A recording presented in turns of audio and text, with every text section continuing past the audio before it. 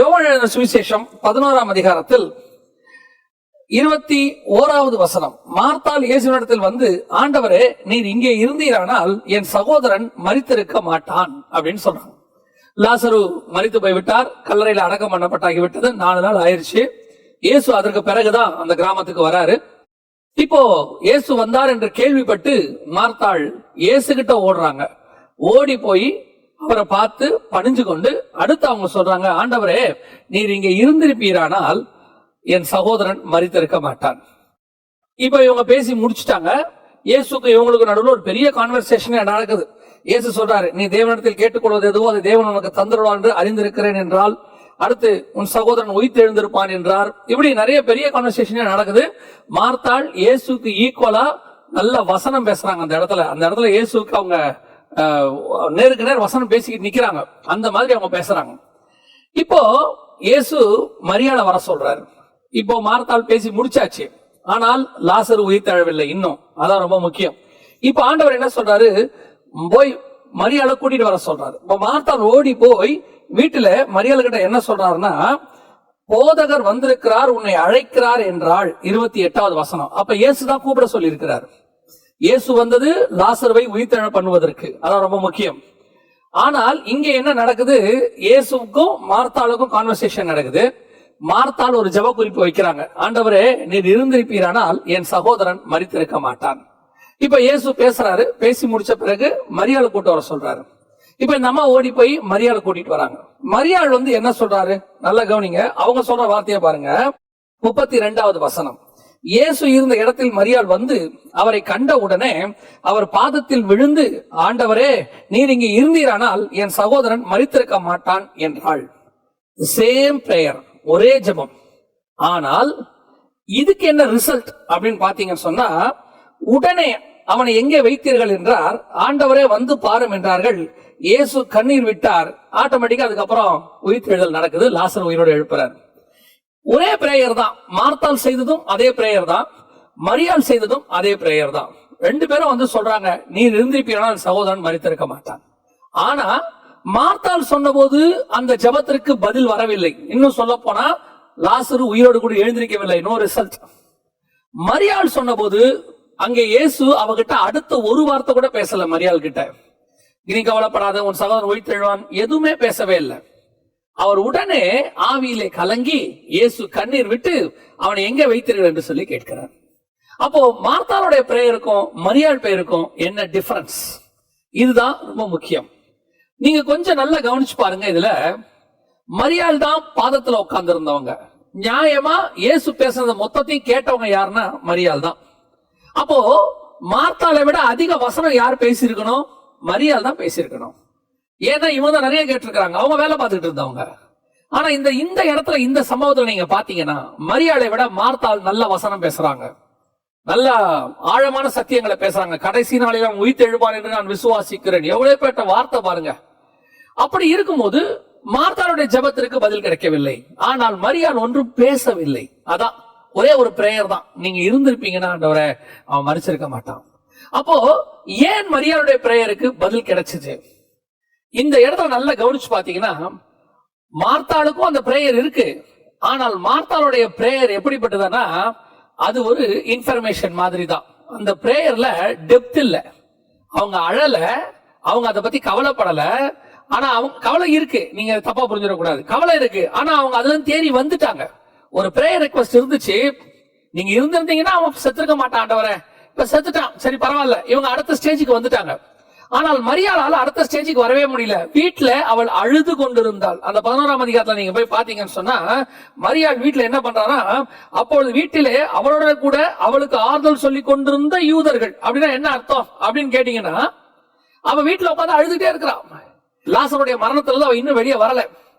இந்த இடத்துல இருந்துதான் அந்த பிரேயர் வருது. மார்த்தாள் இடத்துல இருந்து அந்த பிரேயர் வந்ததுக்கோ, மார்த்தாளுடைய இருதயத்துக்குள்ள இருந்து அந்த பிரேயர் வந்ததுக்கோ, மரியாளுடைய இருதயத்துக்குள்ள இருந்து அந்த பிரேயர் வந்ததுக்கும் என்ன டிஃபரன்ஸ்னா, மார்த்தாளுடைய இருதயத்துல இருந்து அந்த பிரேயர் வரல, அது அவ வாயிலிருந்து வந்துச்சு. நீங்க இருந்திருப்பீங்கன்னா அவன் செத்துருக்க மாட்டான் ஆண்டவரே, பரவாயில்ல, நவ் ஐ அம் ஓகே, நான் வந்து தேடிட்டேன், நான் உயிர்த்தெழுத நாள்ல இருந்து அதை நான் பெற்றுக்கொள்கிறேன், பரவாயில்லங்கிற இடத்துக்கு அவங்க அடுத்த ஸ்டேஜுக்கு வந்துட்டாங்க. ஆறுதல் அடைந்து விட்டார்கள்னு சொல்லலாம். ஆனால் இன்னும் மரியாளால் ஆறுதல் அடைய முடியவில்லை. மரியாள் வந்து பேசுறாங்க, ஒரு வார்த்தை இயேசு பேசல. அடுத்த வார்த்தை கேட்கிறாரு, அவனை எங்கே வைத்தீர்கள்? இதுதான் ஒரு பிரேயருடைய மிக முக்கியமான விஷயம். பல நாட்களாக நீங்கள் ஜெபித்துக் கொண்டிருக்கிறீர்கள். ஆனால் அதே நேரத்தில் மற்றவர்கள் ஜெபிக்கிற ஜெபத்திற்கு பதில் கிடைக்கிறது நீங்கள் கேட்கிறீர்கள். நிறைய சாட்சி, நிறைய ஊழியக்காரங்க கூட சொல்றாங்க. ஆனால் நீங்கள் அதே காரியத்துக்கு தான் ஜெபம் பண்றீங்க. அது என்ன வேணாலும் இருக்கட்டுமே, உலக பிரகாரமான ஆசீர்வாதமா கூட இருக்கட்டுமே, என் பிள்ளை பேரா கூட இருக்கட்டுமே, அல்லது ஏதோ ஒரு வழக்குக்காக வாதுக்காக எதுக்கு நீங்க ஜெபம் பண்றீங்க? உலக பிரகாரமா இல்ல ஆவிக்குரிய விதத்துல கூட வச்சுக்கோங்களேன். கீழானவைகள் மேலானவைகளுக்கு நீங்க ஜெபம் பண்றீங்கன்னு வச்சுக்கோங்க. அப்படி இருக்கும்போது அவர்களுக்கு அந்த ஜெபம் அவங்க வந்து சொல்லுவாங்க, நம்ம கிட்ட சாட்சி சொல்லுவாங்க, நாங்க இந்த காரியத்துக்காக ஜெபம் பண்ணோம், ஆண்டவர் எங்களுக்கு பதில் தந்தார். ஆனால் அதே காரியத்துக்கு ஜெபிக்கிற நமக்கு அந்த பதில் வரவில்லை. பல நேரங்களில் நமக்கு இது சந்தேகமா இருக்கு. ஒரு இடத்துல நம்ம ஃபெட்டப் ஆயிடுறோம். நம்ம ஜெபம் பண்ணாலும் ஒன்னும் பதில் கிடைக்காதுங்க, நம்மளும் ஜெபம் பண்ணி பார்த்துட்டோம், இதுக்கு மேல பதில் கிடைக்காது. ஆனால் அதே பிரேயரை இன்னொருத்தர் செய்யும் போது அவர்களுக்கு கிடைத்திருக்கிறதே. இன்னைக்கும் சாட்சி சொல்றாங்களே, என்ன அப்படின்னா, உங்க பிரேயர் எதிலிருந்து வருகிறது, அதோடு நீங்கள் எந்த அளவுக்கு ஒன்றி போய் இருக்கிறீர்கள். கிடைச்சாலும் பரவாயில்ல, கிடைக்காவிட்டாலும் பரவாயில்ல அப்படின்ட்டு சிலர் கேட்கறாங்கன்னு ஜெபம் பண்ணுவாங்க. நான் இப்போ ஒரு உதாரணம் சொன்னா உங்களுக்கு தெரியும். நிறைய ஊழியர் இடத்துல நீங்க போய் ஜெபிக்க போறீங்க இல்லையா, நிறைய ஊழியர்கிட்ட போறீங்க. அப்படி ஊழியர்கள்ட்ட நீங்கள் போகும்போது ஒரு சில ஊழியர்களுடைய அதற்கு நீங்க சொல்ற ஜெப குறிப்புக்கு அவங்க ஜெபம் பண்ற விதத்துக்கும் மற்றவர்கள் ஜெபம் பண்ற ஜெபத்துக்கும் டிஃபரன்ஸ் இருக்கும். சிலர் நீங்கள் சொல்லுகிறதை அப்படியே எடுத்துக்கொண்டு தங்கள் இருதயத்தின் ஆழத்திலிருந்து அந்த பிரச்சனையை தன் பிரச்சனையா எடுத்துக்கிட்டு அவங்க ஜெபம் பண்ணுவாங்க. நான் போன வாரம் கூட ஒரு விஷயத்துக்காக ஒருத்தர் என்னை சந்தித்தார்கள். அப்பொழுது அந்த தாயார் சொன்னதான ஒரு சாட்சி, அவர்களுக்கு 2 பிள்ளை இறந்து போய்விட்டது. இப்பொழுது அவர்களுக்கு பிள்ளையே கிடையாது. அடுத்து அவர்கள் ஒரு ஊழியக்காரரை சந்திக்க போகிறார்கள். அந்த ஊழியக்காரர்கிட்ட அப்பாயின்மெண்ட் கிடைக்கிறதே கஷ்டம். அவர்கிட்ட கேட்கறாங்க, அப்பாயின்மெண்ட் கிடைச்சிருச்சு. போறாங்க. அவர் இவங்களை பார்த்த உடனே, இந்த அம்மா முகத்துல இருக்கிற சோகத்தை பார்த்த உடனே அவர் பார்த்த உடனே கேட்கிறாரு, என்ன நடந்துச்சு அப்படின்னு. அவங்க சொல்றாங்க, 2 பிள்ளைகளும் எங்களுக்கு பிறக்கும் போதே இறந்துருச்சு, எங்களுக்கு வந்து இனி பிள்ளைக்கு வாய்ப்பு இல்லைன்னு டாக்டர் சொல்றாங்க. அந்த மாதிரி அவங்க ஏதோ ஒண்ணு சொல்றாங்க. இப்போ அந்த தேவ மனிதன் அழுகிறார், இருதயத்தின் ஆழத்திலிருந்து அழுகிறார். ஏறக்குறைய அரை மணி நேரத்திற்கு மேலாக அவர் ஜெபிக்கிறார். ஜெபத்துல அவரும் அழுகிறார், அந்த தாயாரும் அழுகிறார். இதுல பெரிய ஆச்சரியம் என்ன தெரியுமா, அவரை அழைத்து கொண்டு போன அவர் கணவர் இருக்கிறார். அவர் கணவர் அழவில்லை. இது கடந்த சில நாட்களுக்கு முன்பாக எனக்கு சொல்லப்பட்ட சாட்சி. அந்த கணவர் அழவில்லை. அந்த கணவர் இந்த ஊழியக்காரரை பார்த்து ஆச்சரியப்படுகிறார். இவர் எப்படி நம்ம பிரச்சனைக்கு இவ்வளவு அழுகுறாரு? இவர் பிள்ளை இறந்ததை அடுத்த மார்த்தாளை போல சகஜமா எடுத்துக்கொண்டார். ஆனால் அந்த தாயாரால் எடுக்க முடியவில்லை. அந்த தாயார் அழுகிறாள், எனக்கு ஒரு பிள்ளை வேண்டும், இருக்கிற 2 பிள்ளையுமே இறந்துருச்சு, எனக்கு பிள்ளை வேணும் என்று. ஆனால் அந்த தேவ மனிதன் அந்த பிரச்சனையை தன் பிரச்சனையை எடுத்துக்கொண்டு அழத் தொடங்குகிறார். அரை மணி நேரத்திற்கு மேலாக அவர் அழுகிறார், கண்ணீர் விட்டு. அழுது முடிக்கும் போது அவருக்குள்ள இருந்து தேவன் ஒரு தீர்க்க தரிசன வார்த்தையை சொல்லுகிறார், அடுத்த வருஷம் இதே நாள் நீங்கள் என்னை சந்திக்க வரும்போது உங்கள் கையிலே ஒரு குழந்தை இருக்கும், கர்த்தர் சொல்லுகிறார். இதுதான் ஜெபத்திற்கு பதில் பெறுகிற முறை. நீங்கள் இருதயத்திலிருந்து உங்கள் இருதயம் உடைந்து கண்ணீரோடு கூட கேட்கப்படுகிற எந்த ஜெபத்திற்கும் தேவன் பதில் தராமல் போகவே முடியாது. அவர் அதை தட்டிவிட்டு போகவே மாட்டார். நான் உங்களுக்கு சொல்லுவேன், தேவனிடத்துல பெருமை உள்ளவனை ஆண்டவர் தூக்கி போட்டிருக்கிறார், எதிர்த்து நிக்கிறவனை தூக்கி போட்டிருக்கிறார். ஆனா தன் காலை பிடிச்சுக்கிட்டு அழுகிறவனை அவரால் தாண்டி போகவே முடியாது. ஏன் இந்த இடத்துல அவரால் தாண்ட முடியல தெரியுமா? மரியாள் பண்ண ஜெபத்துக்கும் மார்த்தாள் பண்ண ஜெபத்துக்கும் என்ன வித்தியாசம்? மார்த்தாள் இடத்துல அவளை தேற்றக்கூடிய வார்த்தை இருந்தது. அந்த வார்த்தை நல்லது, நான் வார்த்தையை குறை சொல்லவில்லை. ஆனால் மரியாள் இடத்துல கர்த்தருடைய இருதயத்தை உடைக்கக்கூடிய கண்ணீர் இருந்தது. அந்த கண்ணீர் இருதயத்தை, இயேசுவின் இருதயத்தை உடைத்து, வசனம் சொல்லுது, இயேசு கண்ணீர் விட்டார். இயேசு கண்ணீர் விட்டார்னா யோசித்து பாருங்க. அவருக்கு நல்லாவே தெரியும் லாசரை உயிரோடு கூட எழுப்ப போறேன்னு சொல்லி. அப்படி தெரிஞ்சவரே ஆவியில கலங்குறார், கண்ணீர் வர்றார். அடுத்த வார்த்தை, எங்க வச்சிருக்கிறீங்க அவனை? இவங்கிட்ட கான்வர்சேஷனே கிடையாதுங்க. இதுதான் தேவனுடைய இருதயம். கர்த்தருடைய இருதயத்திலிருந்து நீங்கள் பதிலை வாங்குவது. உங்கள் ஜெபத்திற்கு நீங்கள் உண்மையான ஆழத்திலிருந்து, இருதயத்தின் ஆழத்திலிருந்து உண்மையான தேவையோடு கூட நீங்கள் ஜெபிப்பீர்களானால், இந்த காலை வேளையில கர்த்தர் கொடுக்கிறதான வார்த்தை அதற்கு பதில் வராமல் போகவே போகாது. உன் கண்ணீரை தாண்டி கர்த்தரால் போக முடியாது. நம்ம எல்லாருக்கும் தெரிஞ்ச ஒரு உதாரணம் தான், யாக்கோபு ரா முழுவதும் போராடினார். நான் பல நேரங்களில் சொல்லி இருக்கிறேன், ரா முழுவதும் போராடினார். ஆனா ஆதியாகமத்துல அது போராடுறது போலதான் இருக்கு. அந்த இடத்துல ஆண்டவரே சொல்றாரு, தேவனோடும் மனுஷனோடும் போராடி மேற்கொண்டாயே ஆண்டவர் சொல்றாரு. ஆனா ஓசியா புஸ்தகம் 12ஆம் அதிகாரத்தை வாசிச்சு பாருங்க, வசனம் 4 சொல்லுது, அவன் ரா முழுவதும் அழுது கெஞ்சினான். அப்போ அவன் எப்படி போராடி மேற்கொண்டான்? மனுஷனோடு கூட அவன் போராடினது வீரத்தினால, மனுஷனோடு கூட போராடுவது வார்த்தையினால. மனுஷனோடு கூட நீங்கள் எப்படி வேணாலும் போராடலாம், ஆனால் தேவனோடு கூட போராடுவதற்கு ஒரே வழிதான் இருக்கிறது, உங்கள் கண்ணீர். உங்கள் கண்ணீர் அவருடைய போராட்டத்தில் உங்களுக்கு தான் வெற்றியை தரும். எத்தனையோ பேர் தங்களுடைய உண்மையான கண்ணீரை வைத்து கர்த்தரிடத்துல சாதித்திருக்கிறார்கள். நீங்கள் அழுத கண்ணீர் ஒரு நாளும் வீணாய் போகவே போகாது. இந்த காலை வேளையில கர்த்தர் உங்களுக்கு ஒரு மிகப்பெரிய வாக்குத்தத்த வார்த்தையை கொடுக்கிறார். நெட்டு நாளாய் சில காரியங்களுக்கு நீங்க ஜெபம் பண்ணிக்கிட்டு இருக்கிறீங்க இல்லையா? ஏன் என் ஜெபத்துக்கு பதில் வரல? உன்னுடைய ஜெபம் இன்னும் ஆழமாக்கப்பட வேண்டும். அது உண்மையிலே உன் இருதயத்துக்குள் ஊடுருவ வேண்டும். இருதயத்தின் ஆழத்திலிருந்து வரணும். வந்தாலும் சரி, வராவிட்டாலும் பரவாயில்ல, நான் எல்லாத்துக்கும் அட்ஜஸ்ட் பண்ணிப்பேன், கர்த்தர் பாப்பார், ஓகே ரைட். இல்லாட்டி இருப்பா இருந்தா, ஆனா இது இல்லாட்டி என்னால இருக்க முடியாதுன்னு சில விஷயம் இருக்கு, சில காரியங்கள்.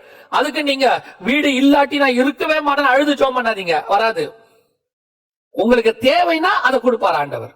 இப்ப இவளுக்கு தன் சகோதரன், ஒரே சகோதரன், அவன் இறந்து போகிறான். மார்த்தாளால் எழுப்ப முடியாத சகோதரனை மரியாளால் எழுப்ப முடிகிறது. நீங்க எப்படி ஜெபம் பண்றீங்கன்றதுல ரொம்ப கவனமாயிருங்க. உங்க இருதயம் உண்மையிலே உடையும் ஆனால் கர்த்தர் உங்களை தாண்டி போகவே முடியாது. உங்க கண்ணீரை அவர் துருத்தியில மட்டும் வைக்கல, அந்த இடத்துல இருந்து பார்த்துக்கிட்டே நிக்கிறார். இந்த அழுகுறாங்களே, இவங்களை தாண்டி நான் எப்படி போவேன்? அதான் கர்த்தருடையதான மிக முக்கியமான ஒரு காரியம். இந்த காலை வேளையில கர்த்தர் உங்களுக்கு ஒரு வாக்குத்தத்தம் கொடுக்கிறார். நான் உங்களுக்காக ஜெபம் பண்ண போறேன்.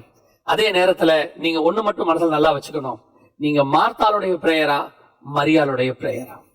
மார்த்தாளுடைய பிரேயர் ஆறுதலை கொண்டு வரும், இல்லைன்னு நான் சொல்லல. வசனம் உங்களை ஆற்றி தேற்றும், ஆறுதல் படுத்தும், அதுல எந்த மாற்று கருத்தும் இல்லை. ஆனால் உங்களுடைய கண்ணீர் இருக்க, அது கர்த்தரையே மாற்றும், கர்த்தருடைய டிசிஷனை மாற்றும். பல நேரங்களில அநேகருடைய அழுகை கர்த்தர் செய்ய வந்ததை நினைச்சு வேற ஒண்ணு செஞ்சதெல்லாம் இருக்கு. பைபிள் அதுக்கு நிறைய ப்ரூஃப்ஸ் இருக்கு. அதுக்கு பின்னாடி நம்ம இன்னொரு சில காரியங்கள் அதை நம்ம பார்க்க போறோம். இந்த நேரத்துல நான் உங்களுக்கு அதைத்தான் சொல்ல விரும்புறேன். நல்லா தேவ சமூகத்துல நீங்கள் எதுக்கு ஜெபிக்கிறீங்களோ அதை உண்மையா ஜெபம் பண்ணுங்க. அதுக்கு உண்மையா ஜெபம் பண்ணுங்க. ஊழியக்காரர்களுக்கும் நான் சொல்லுகிறேன், அநேகர் போன் பண்றாங்க ஊழியக்காரங்களுக்கு. அந்த ஊழியக்காரங்க இருக்கிறதான சிச்சுவேஷன்ஸ்ல அதை ஜெபம் பண்ண முடியுமா முடியாதுன்னு தெரியாது. பல நேரங்களில் எனக்கு அப்படி ஒரு இக்கட்டான சூழ்நிலை வரும். நாம வேற ஒரு மிக முக்கியமான வேலையில இருந்துட்டு இருப்போம். அந்த நேரத்துல ஒரு போன் கால், அந்த போன் கால்ல அவங்க அழுவாங்க, உண்மையிலே இருதயம் உடைஞ்சு அழுவாங்க. நம்மளால அந்த அழுகையை தாண்டி போகவே முடியாது. இப்போ இங்க ஒரு முக்கியமான வேலையில இருப்போம், போனை எடுத்துருவோம், வேற வழி இல்ல, இப்ப இந்த வேலையை நிறுத்தவும் முடியாது. நான் அந்த மாதிரி நேரத்துல அவங்ககிட்ட சொல்லுவேன், நான் இதுக்கு அப்புறம் ஜெபம் பண்றேன், இங்க ஆபீஸ்ல சொல்லி ஜெபம் பண்ண சொல்றேன். ஒரு டீம் இருக்கு, அவங்க அதுக்காக ஜெபம் பண்ணுவாங்க. ஆபீஸ்ல இதுக்காக உண்மையா அழுது ஜெபம் பண்ற ஒரு டீம் இருக்கு, அந்த பிரச்சனைகளை எழுதி ஜெபம் பண்ணுவாங்க. எதுக்கு இதை நான் சொல்ல வரேன்னா, என்னால முடியல, நான் வேற வேலையில போயிட்டு இருக்கிறேன்னா அந்த ஜெபத்தை நான் ஏதோ கடமைக்கு செய்து விட்டு போக வேண்டும் என்று நான் விரும்பவில்லை. ஏன்னா எனக்கு தெரியும், ஒரு உண்மையான அந்த ஜெப குறிப்பை பார்க்கும் போதே நமக்கு தெரியும், சிலருடைய ஜெப குறிப்பு அந்த ஜெப குறிப்புக்கு ஜெபமிக்க வேணான்னு தோணும். சிலர்லாம் போன் பண்ணி சொல்லுவாங்க, இந்த ஜாதியில இந்த மாதிரி எனக்கு ஒரு மருமக வேணும், நீங்க தான் எங்களுக்காக எப்படியாவது ஊக்கமா ஜெபம் பண்ணணும். நான் பண்ணவே மாட்டேன். இதெல்லாம் ஜெப குறிப்புக்குள்ளேயே வராது. பர்டிகுலர் கேஸ்ட்ல பர்டிகுலர் படிச்ச இந்த உயரத்துல எங்களுக்கு ஒரு மருமக வேணும்பாங்க. இதுக்கெல்லாம் இந்த ஜெபத்துக்கெல்லாம் அது அவங்களாச்சு ஆண்டவராச்சு, அது அவங்களுக்கு ஆண்டவர் என்ன பதில் கொடுக்கிறாரோ கொடுக்கட்டும். அதே நேரத்துல ஒரு சிலர் தன்னுடைய குடும்பத்தில் நடக்கிற பிரச்சனைகள், தன் கணவன் மனைவி கூட நடக்கிறதான குழந்தையின்மை, இந்த மாதிரி நிறைய பிரச்சனைகள் இருக்குது. இதையெல்லாம் தாண்டி அவங்க கிராஸ் பண்ணி அதை சகிக்க முடியாம, வாழ்க்கைய நடத்த முடியாம, என்ன செய்யறதுன்னு தெரியாம போன் பண்ணுவாங்க. அந்த நேரத்துல அவங்களுக்கு உண்மையா அழுது ஜெபம் பண்ணக்கூடியதான ஒரு ஊழியன் தேவை. அந்த மாதிரி நிறைய ஊழியர்கள் இருந்தார்கள். இப்ப அது குறைஞ்சிருச்சு. அப்படி நம்ம ஊழியர்கள் அவருடைய பிரச்சனையை நம்முடைய பிரச்சனையா எடுத்துக்கிட்டு உண்மையா ஜெபம் பண்ணோம்னா அங்க நிச்சயமா ரிசல்ட் கிடைக்கும். அந்த ரிசல்ட் கர்த்தர் கொடுக்கிற ரிசல்ட்டா இருக்கும். பல நேரத்துல ஊழியர்களுக்கு கூட தோணுது, நாம அவங்க ஜெபம் பண்றோம், ஒண்ணும் நடக்கலையே. நடக்கும். அவங்க கண்ணீருக்கு கர்த்தர் கண்டிப்பா பதில் கொடுப்பார். கூட நம்ம கண்ணீரும் இருந்துச்சுன்னா, மரியாளுடைய கண்ணீரோடு கூட இயேசுவின் கண்ணீரும் சேரும் போது லாசரு உயிரோடு கூட எழுந்திருப்பாங்க. அதே மாதிரி ஒரு தேவையோடு ஒருத்தர் கண்ணீரோடு வரும்போது அதோட நம்ம கண்ணீரும் இருக்குமானால் கண்டிப்பாய் கர்த்தர் அங்கே பதில் கொடுப்பார். உங்களால முடியலையா, அதுக்கு ஒரு டீம் ஏற்பாடு பண்ணுங்க. அதுக்கு உண்மையா ஜெபிக்கிறவங்கள, அந்த ஜெப பாரத்தோட இருப்பாங்க. ஒரு சிலருக்குலாம் அவங்களுடைய மினிஸ்ட்ரியே பிரேயர் மினிஸ்ட்ரி தான். எல்லாருடைய பாரத்தையும் தன் பாரமா எடுத்துட்டு ஜெபம் பண்ணுவாங்க. அப்படிப்பட்ட ஆட்கள் ஒவ்வொரு சபைக்கும் தேவை, ஒவ்வொரு ஊழியனுக்கும் தேவை. அப்படி பின்புலமான அவங்கதான் அந்த பேக் போன் மாதிரி இருப்பாங்க. அவங்ககிட்ட இந்த ஜெப குறிப்பை கொடுத்து நீங்க ஜெபம் பண்ண சொல்லுங்க. உண்மையாய் அந்த ஜெபத்திற்கு பதில் வரும். இன்னைக்கு நாம அப்படிப்பட்டதான ஒரு ஜெபத்தை செய்ய போறோம். ஆண்டவரை நோக்கி பார்க்க போகிறோம். ஆண்டவர் நமக்கு நிச்சயம் பதில் கொடுப்பார். நீங்கள் அழுது ஜெபிக்கிற ஜெபத்திற்கு நிச்சயம் ஆண்டவர் பதில் கொடுப்பார். உங்கள் பிரேயர் ஒரு நாளும் வீணாய் போகாது. நாம ஜெபம் பண்ண போறோம். சர்வ வல்லமை உள்ள எங்கள் தகப்பனே, இந்த காலை வேளைக்காக உமக்கு ஸ்தோத்திரம். ஆண்டவரே, எங்களுடைய ஜெபம் உங்களுடைய பாதத்தை எட்டக்கூடிய அளவுக்கு, உங்களுடைய இருதயத்தை அசைக்கக்கூடிய அளவிற்கு, நீர் எங்களை தாண்டி போகக்கூடாத அளவிற்கு எங்கள் ஜெபம் இருக்கட்டும். இருதயம் உடைந்து இந்த காலை வேளையில ஜெபித்துக் கொண்டிருக்கிற ஒவ்வொரு சகோதரனுக்காக, சகோதரிக்காக நாங்கள் ஜெபிக்கிறோம். ஆண்டவரே, வேலை இல்லை என்று சொல்லியோ, ஆண்டவரே குடும்பத்தின் பிரச்சனையினாலோ, ஆண்டவரே எதிர்கால பயத்தினாலும், ஆண்டவரே தன் சரீர பிரச்சனையினாலோ, குழந்தை இல்லாததினாலோ, அல்லது உறவுகள்ல பிரச்சனையினாலோ, ஒவ்வொரு நாளும் பாடுகளை, உபத்திரவத்தை, கஷ்டத்தை, நரகத்தை போல தாண்டி கொண்டிருக்கிற ஒவ்வொரு சகோதரனுக்காக, சகோதரிக்காக நாங்கள் ஜெபிக்கிறோம். தேவனாகிய கர்த்தர் மனம் இறங்குவீராக. ஆண்டவரே, இந்த காலை வேளையிலே அவர்களுக்கு ஒரு பெரிய மாற்றத்தை கட்டளையிடுவீராக. இந்த நாள் அவர்களுக்கு ஒரு விடுதலையின் நாளாய் இருக்கட்டும். ஆண்டவரே, ஆண்டவரே, நெடுநாள் சிந்தி கொண்டிருக்கிற கண்ணீருக்கு பதில் தருகிற நாளாய் இந்த நாள் மாறட்டும்.